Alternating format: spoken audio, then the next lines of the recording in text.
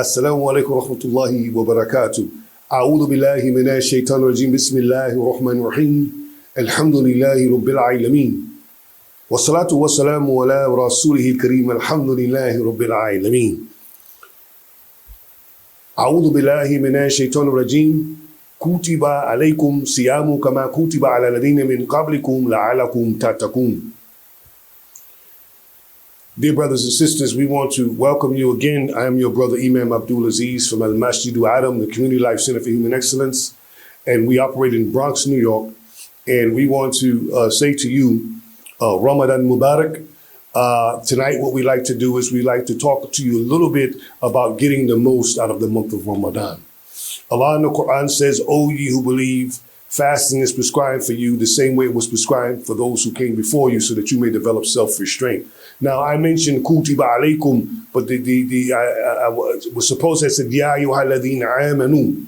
And this is very important for us, because when you're reading the Quran, whenever you hear Ya ayyuhalladhina amanu or Ya ayyuhal, whenever you see a verse that says that, what follows that is some very important information. And so we hear Ya ayyuhalladhina amanu, calling the believers specifically, but giving them some very important information. And that information is that you're going to have to fast Ramadan. When they got that revelation, it was the second year of the Hijrah, and it was in the month of Shaban, which is the 8th month on the Islamic calendar, and the 9th month is the month of Ramadan. So 30 days before Ramadan began, they received revelation that they will have to fast Ramadan. So this was some very important information on the believers at the time. And so what we want to talk to you about today is there are some ways in which we can get the most. We here in the Bronx, we have a pantry and we give out food all the time. And we give out this food not only in Ramadan, but outside of Ramadan. But in Ramadan, we always looking for other ways in which we can assist in helping the people. And so what we do is we try to get the most out of that by virtue of those people who can't come out, we bring the food to them. For those people who can't fast, we give food on behalf of them so that they can do what is called a fidya by their exemption, and they feed some people. So we feed for them. And those people who can't make it out of their homes, we make sure that we do whatever we can as a means to assist them in their situation. So how many of you have developed an idea of getting the most out of Ramadan? How many of you are going out passing out pamphlets? How many of you are telling someone about what Ramadan is actually about without having an uncomfortable conversation? How many of you are getting the most every time you get a chance? You're offering 2 raka'ah, or you're trying to do some sadaqah, or you're trying to help someone remove from some difficulties from someone, that you're always looking to find out where you can help.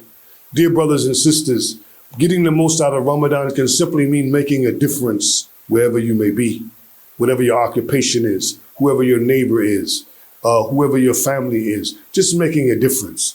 A kind word, dear brothers and sisters, that may not necessarily be heard during those times can go a far, far distance. It can go a long way.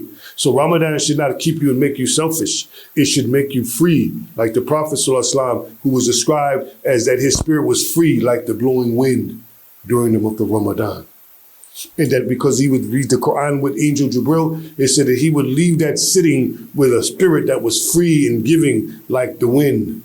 And so we look at this idea being presented, and we say that this must have been a feeling of some level of bliss. It must be a feeling of some continued ease and joy, happiness, to be in a situation in the world where there's all kinds of pain and suffering, and to find some space, to find some level of ease.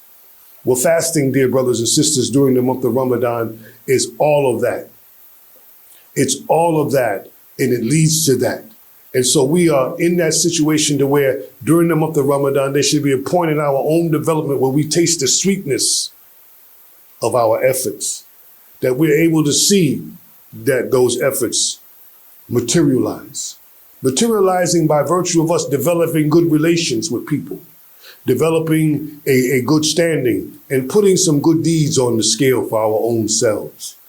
And so when we talk about getting the most out of the month of Ramadan, go visit the sick. Go give out some charity. Find those who are not able to fast and don't have the resources, and give them the resources so that they may feed some people. Do some dawah. Talk to some people. Fix something. Go to the masjid and fix something around the masjid.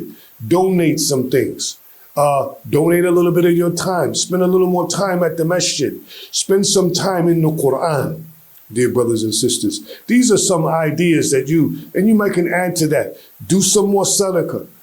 Advise someone else on how to do it. Set up a dawah table. Set up a place in which you can acquire some resources so that you may be able to give out food on Fridays, or give out food on the regular days, or that you may be able to not only feed the Muslims at the iftar, that you give out food to the non-Muslims stopping in to the masjid.